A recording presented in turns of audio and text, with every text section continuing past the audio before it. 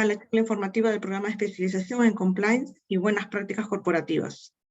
Antes de dar inicio, les daremos unas breves recomendaciones para que la charla pueda ser fluida y no se generen interconexiones. Para ello, por favor, se les solicita no compartir sus pantallas y mantener apagado el audio y video. En caso tenga alguna duda o pregunta, pueden hacerla a través del chat para que los expositores puedan responderla luego. Asimismo, les haremos llegar una breve encuesta a través del chat para que la puedan completar. Gracias. Ahora, para dar inicio, nos acompaña Susana Silva, presidenta del Consejo Nacional Penitenciario del INPE, ha sido secretaria de Integridad Pública de la Presidencia del Consejo de Ministros, coordinadora general de la Comisión de Alto Nivel Anticorrupción de Perú e inspectora general del sector interior. Adelante, Susana, la escuchamos.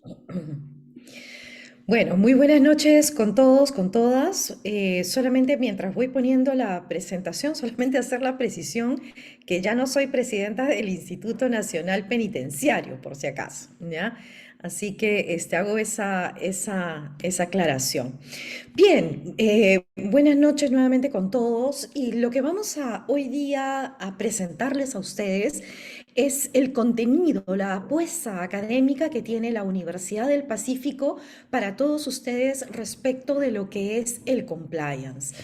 Para ello, una primera pregunta, me imagino que ya ahora hay mucho mayor conocimiento sobre lo que es el compliance, pero de todas maneras quisiéramos repasar algunos conceptos sobre la base de esta apuesta académica que tiene la Universidad del Pacífico.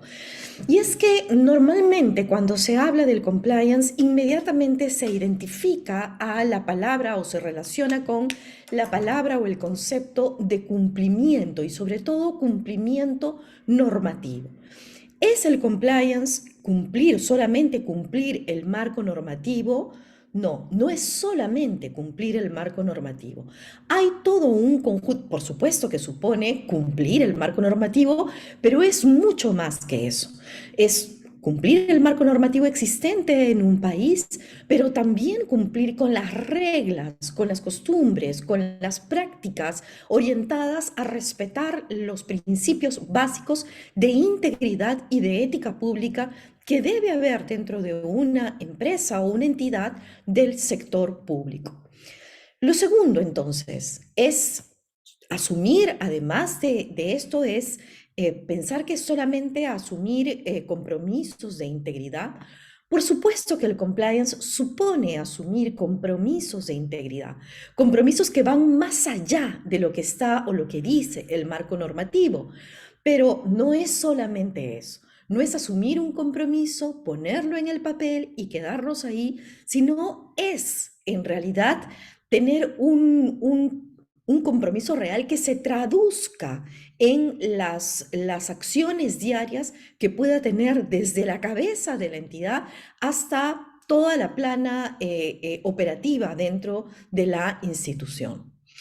Entonces, sería que el compliance es implementar una estructura organizacional en la entidad, creando una oficina de compliance, ya cumplí, y la respuesta es no. Creando una oficina de compliance o una oficina de integridad, por supuesto que nos vamos acercando a lo que se supone son los componentes de lo que es un compliance, pero no se agota en eso. Es mucho más. Supone necesariamente que tiene que haber alguien que coordine el modelo o el sistema el modelo de compliance o de integridad, pero va más allá.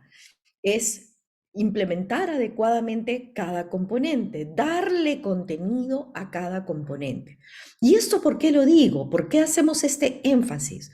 Porque ustedes deben saber que han habido muchas empresas que a lo largo del tiempo han tenido problemas pese a que, por ejemplo, tenían una estructura organizacional en la entidad que estaba orientada precisamente a implementar un compliance, a desarrollar un compliance.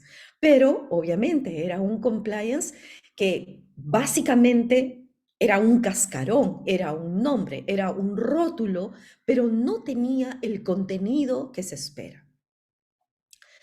Lo otro, que también hemos escuchado muchas veces, y es que el compliance es una herramienta o un salvoconducto que permite eximir o atenuar la responsabilidad de una persona jurídica una vez que incurre en un hecho delictivo que está contemplado en la normativa. ¿Es eso? ¿Es eso del compliance? Ciertamente no.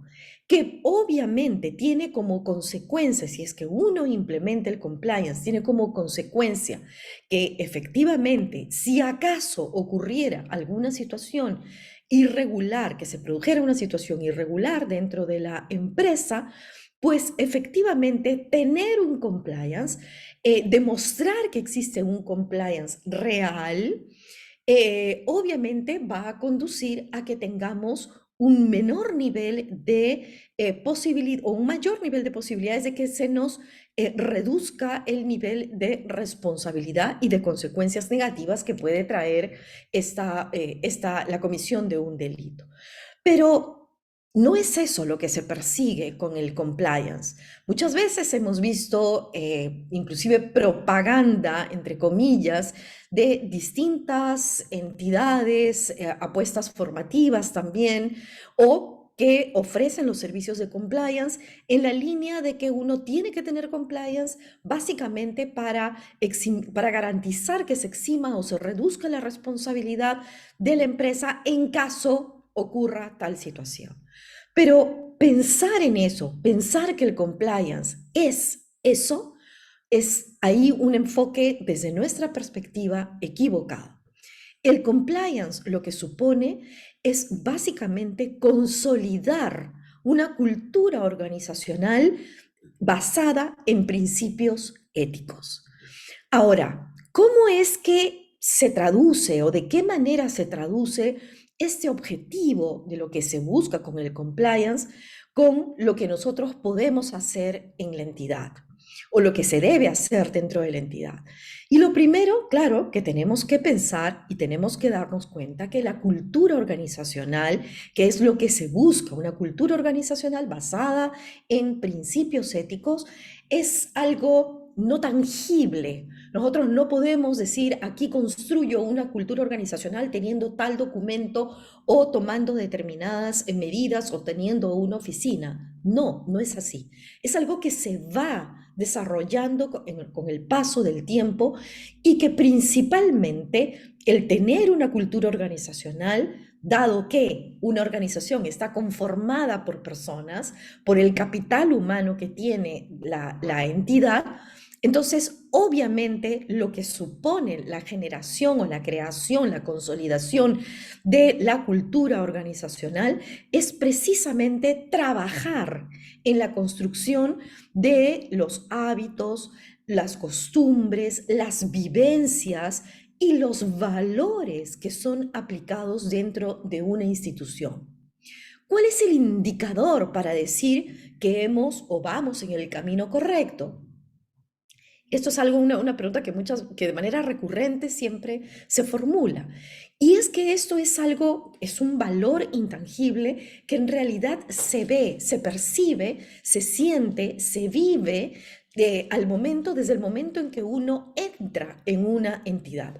Obviamente hay todo un conjunto de medidas que se tienen que cumplir, pero en rigor la cultura organizacional se va a percibir desde el comportamiento que tiene la primera persona de la entidad que recibe a los clientes, a los usuarios de una empresa o una entidad pública. Eso inmediatamente se percibe. Perdón. Y ahora, ¿por qué? ¿Por qué es importante hoy la ética corporativa y las buenas prácticas? ¿Por qué especializarnos? ¿Por qué conocer más del compliance? Y la respuesta es muy sencilla, y es que los tiempos están cambiando. Hay hoy día, y de hecho hoy las empresas ya no se diferencian solo por el qué producen, sino sobre todo por el cómo producen. Y esto es fundamental, fundamental para entender el valor agregado que nosotros debemos imprimir a una entidad, a una corporación, una entidad pública, privada o lo que fuere, que es darle un sello especial que se construye a partir del cómo. De hecho, hoy hay mucha mayor o se le da una mayor importancia a determinados valores que quizás antes no lo eran tanto, como por ejemplo el respeto del medio ambiente, como por ejemplo el respeto de los derechos laborales, como por ejemplo el respeto o la garantía de que todas las personas, todos los colaboradores en una empresa o una entidad pública tengan las mismas oportunidades, los mismos derechos y que no existan diferencias en mérito a la condición, por ejemplo, de género o al género de una determinada persona u otro tipo. Entonces, hoy día más que nunca, y esto con mayor énfasis cada vez, perdón, es que hoy día la ciudadanía, los consumidores, los clientes, los usuarios, buscan distinguir y privilegiar aquellas empresas cuyos directivos son íntegros, son socialmente responsables y demuestran un compromiso ético con la sociedad y sus trabajadores. Y de hecho, también hay hoy día una búsqueda de parte de la propia ciudadanía de ser parte del valor que se genera en la sociedad y por lo tanto se busca preferir o se prefieren finalmente a aquellas empresas que tienen este valor agregado en términos del cumplimiento de determinados estándares éticos, estándares de cumplimiento de derechos, pero por supuesto, hoy más que nunca, la integridad y la ética pública. Y precisamente como un caso que dentro del curso, no solamente este caso, sino más casos se van a, no solamente este caso, sino otros se plantean y se enseñan, se profundizan dentro de este programa, es, por ejemplo, el caso Volkswagen. Ustedes deben saber seguramente que Volkswagen, una empresa multinacional, origen alemán, en un determinado momento tuvo un problema muy serio que obviamente produjo una serie o generó una serie de consecuencias para la empresa desde el punto de vista de multas, por ejemplo, cuando se descubrió que Volkswagen estaba manipulando vehículos en todo el mundo con la finalidad de implantar un software para esquivar los controles ambientales. Y Volkswagen lo que buscaba originalmente era imprimir un sello de una empresa que se preocupaba por el medio ambiente. Sin embargo, luego se descubrió, a partir de esta situación, se descubrió que Volkswagen en realidad lo que estaba haciendo era manipular los controles para engañar, engañar y aparentemente demostrar que tenía o que había una menor emisión de gases tóxicos, que era exactamente todo lo contrario. El tema, más allá de las consecuencias legales, de las consecuencias económicas, financieras, que generó a partir de todo un proceso, determinación de responsabilidades para la empresa, el tema es que de parte de la propia ciudadanía se produjo una consecuencia. De parte de sus clientes se produjo una consecuencia negativa para la empresa. Y fue sencillamente que dejaron de comprar estos vehículos y bajó el volumen de ventas de la empresa Volkswagen a menos inclusive de la mitad de lo que normalmente había sido.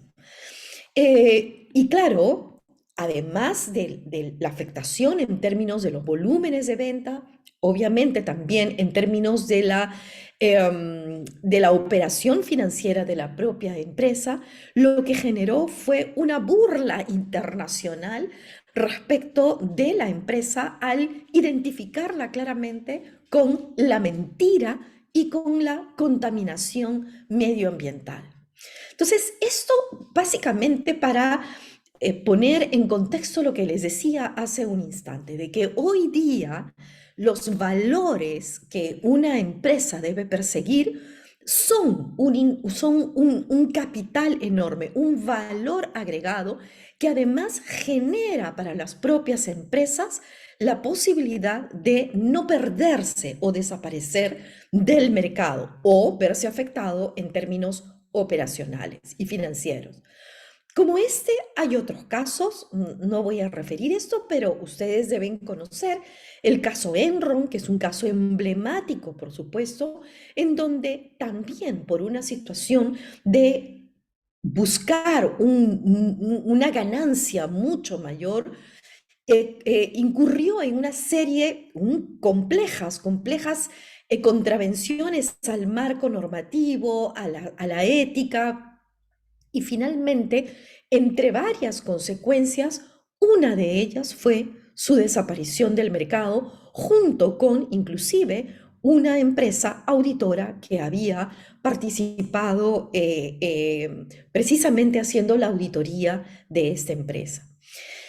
Una pregunta que es muy recurrente: ¿el compliance es solo para la prevención de delitos? Y no, no es solo para la prevención de delitos. Entran todo un conjunto de medidas. Si es que se aplica un compliance, entra todo un conjunto de medidas que tienen que ver, por ejemplo, con el tema laboral, con el tema medioambiental, con el tema tributario, con el tema sanitario también dentro de la propia empresa. Em, y claro, de hecho, cuando ocurre una situación irregular, o mejor dicho, para evitar que ocurra una situación irregular, una práctica cuestionable, lo que se requiere es implementar un compliance completo e integral.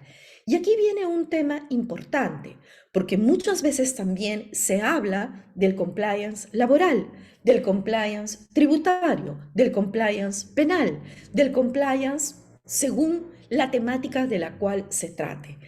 Y no es posible segmentar el compliance.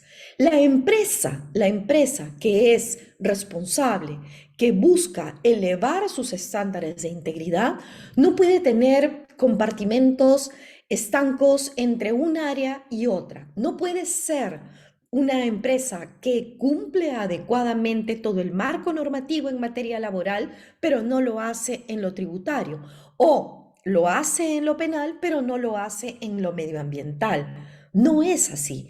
El compliance es algo integral que finalmente lleva a la empresa a adecuar de manera completa todos los procedimientos orientados a reducir los riesgos que puedan existir, no solamente alrededor de la posible o potencial comisión de un delito, sino también de una práctica cuestionable. Perdón. Otra pregunta importante que normalmente se hace: ¿el compliance es solo para el sector privado? Y la respuesta es no. Hoy día el concepto de compliance público es un concepto muy en expansión, diría, que claro, no se llama compliance público, aunque se conoce como tal en algunos países, pero específicamente en Perú, a la luz también de las normas que ha dictado la OCDE, en realidad aquí más se utiliza el concepto de modelo de integridad. Pero en esencia estamos hablando del compliance público. En la misma lógica, los mismos componentes que se utilizan para el sector privado también se utilizan para el sector público. Igual son absolutamente válidos para uno u otro sector. Y claro, aquí hay una lógica detrás de todo esto.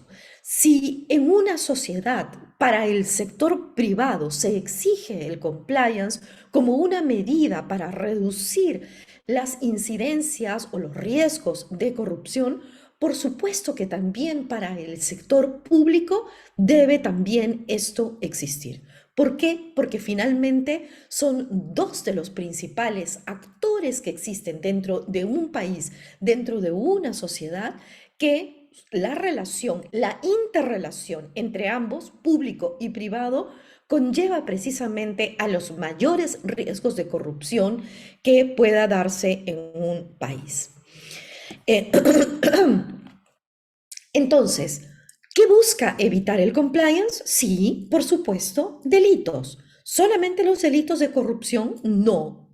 También los delitos de lavado de activos, los delitos vinculados al financiamiento del terrorismo, bueno, fraude, obviamente, corrupción, pero también hay otro tipo de delitos, pero sobre todo hay también o está dentro de los objetivos de lo que se busca evitar con el compliance, que están asociados a cualquier tipo de comisión o incurrir en una práctica cuestionable. ¿Qué es una práctica cuestionable? Estamos hablando de situaciones con una práctica cuestionable que no calzan necesariamente con un delito, porque la forma, las características de lo que se hace o de la conducta que nos lleva a esta situación denominada o que nosotros identificamos como algo irregular o práctica cuestionable, no calza necesariamente en los supuestos de un determinado tipo penal que nosotros conocemos y que se encuentra contemplado dentro del Código Penal. Pero sí entraña necesariamente estas prácticas cuestionables una vulneración a los principios éticos y genera un reproche en la sociedad, genera una mirada de que algo se ha hecho mal y que requiere una sanción.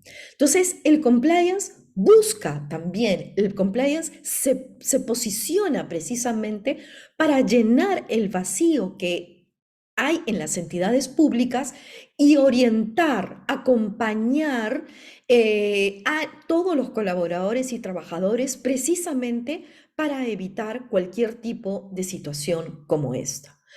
Entonces, redondeando, porque el tiempo nos gana para avanzar con esta introducción, es el compliance, sí, cada vez más se vuelve un tema prioritario.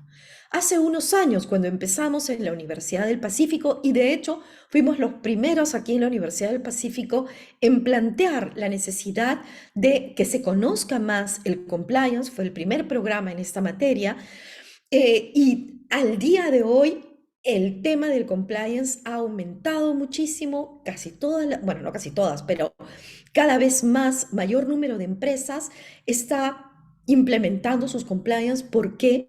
Porque se ha interiorizado esta idea, este concepto de que no se trata de cumplir por cumplir, se trata de generar una política o una cultura organizacional orientada a hacer lo correcto.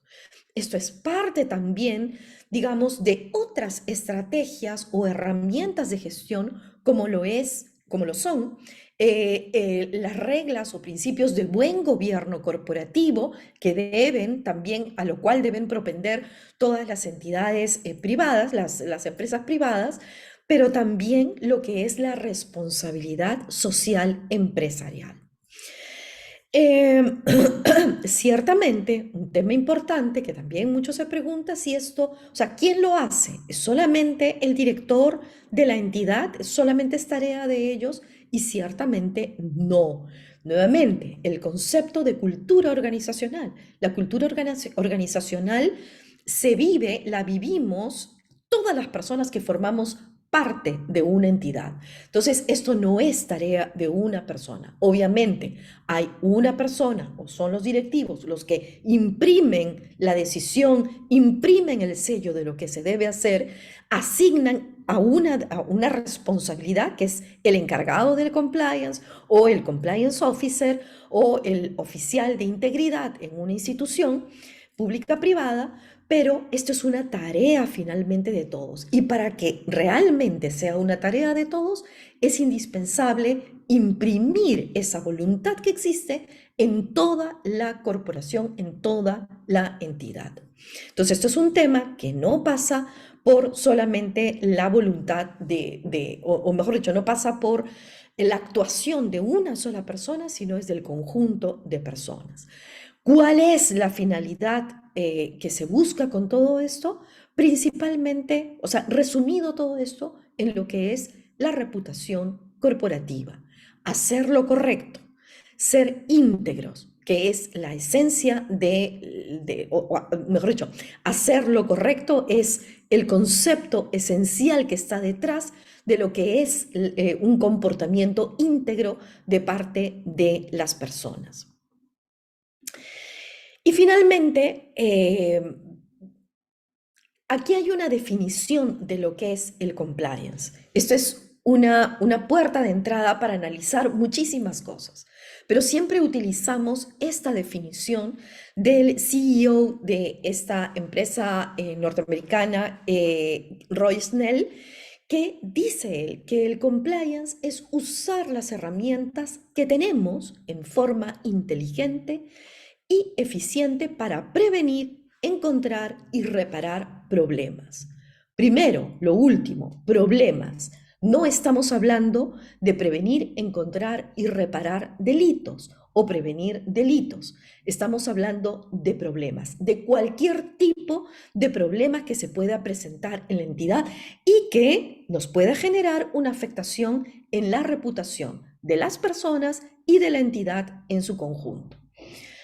Regresando al inicio de esta definición, nos dice es usar las herramientas que tenemos. Y en efecto, ya las empresas, ya las entidades públicas tienen herramientas, tenemos herramientas.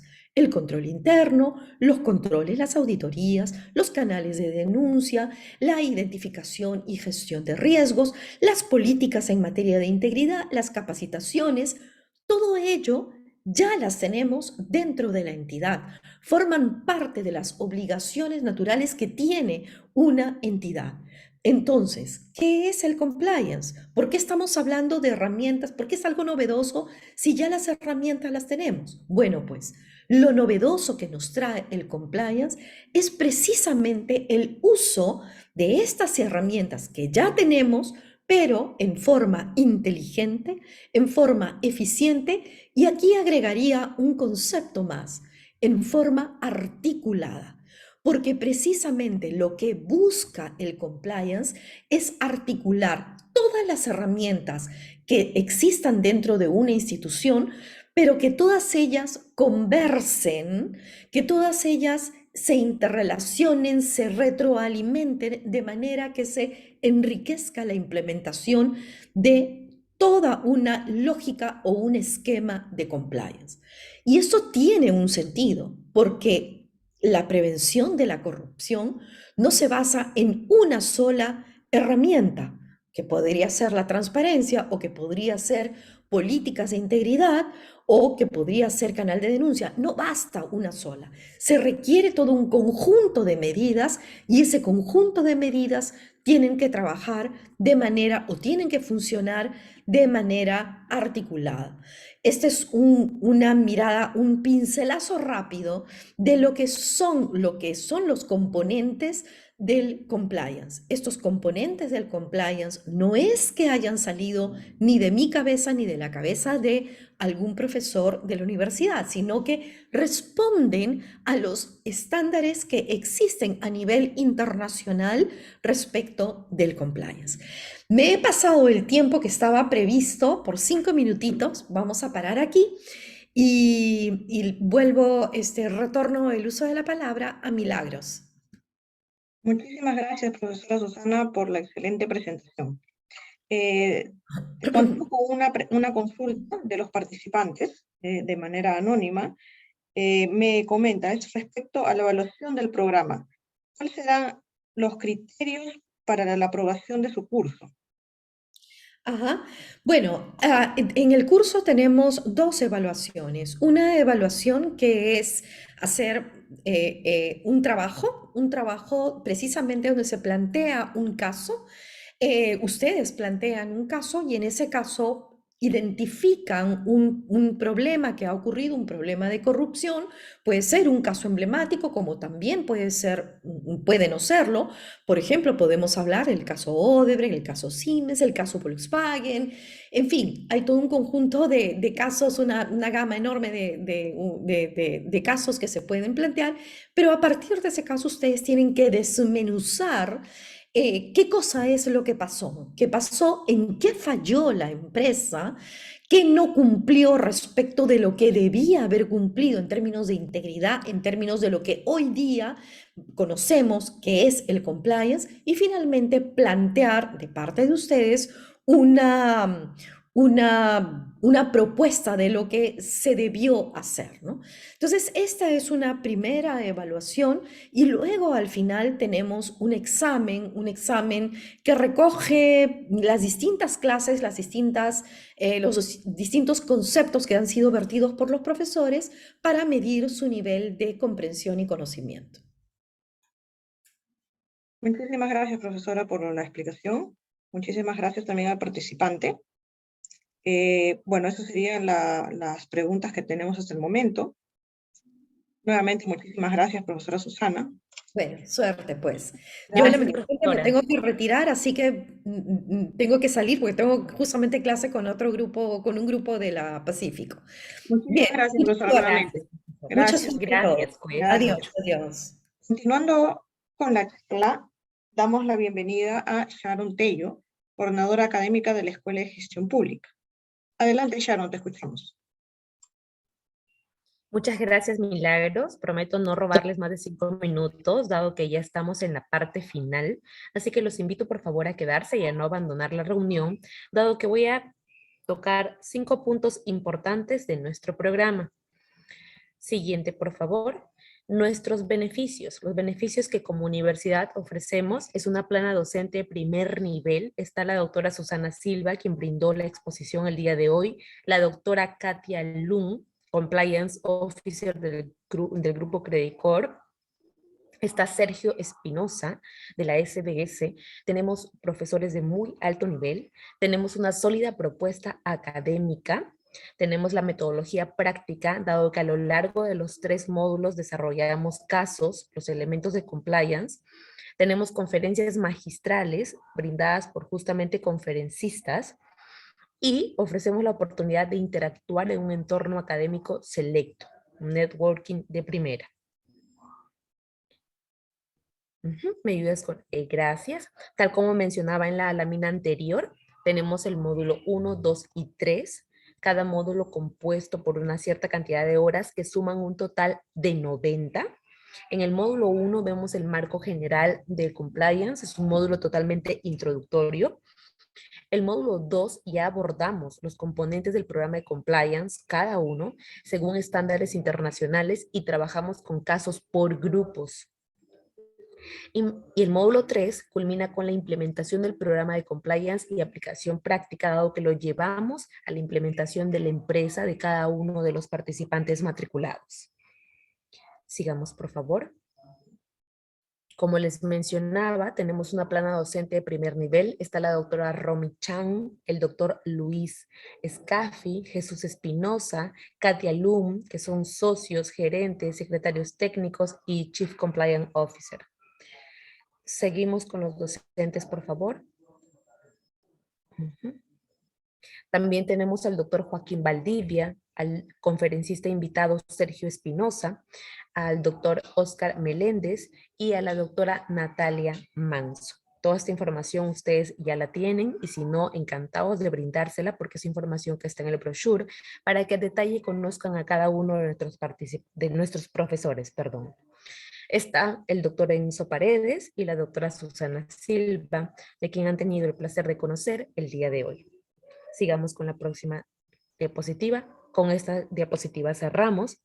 Comentarles que nuestro cierre de inscripciones es este 19 de agosto. El inicio de clases es el 23 de agosto, en nuestro horario de martes y jueves de 7 a 10. con una duración aproximada de 4 meses, una inversión de 10.500. Ojo que hay financiamiento que se ve directamente con la asesora, hay facilidades de pago y nuestro único requisito es el grado académico de bachiller con experiencia profesional mayor a 2 años en materia de gobierno corporativo y estándares de cumplimiento, sumado a un nivel básico de inglés debido a los términos que se utilizan en las lecturas. Con eso doy por finalizada la información. Agradezco la participación. Que tengan todos ustedes un buen fin de semana. Muchas gracias, Milagros, y muchas gracias, estimados participantes. Muchísimas gracias, Sharon. Muchísimas gracias a todos los participantes también. Gracias y que tengan una feliz noche.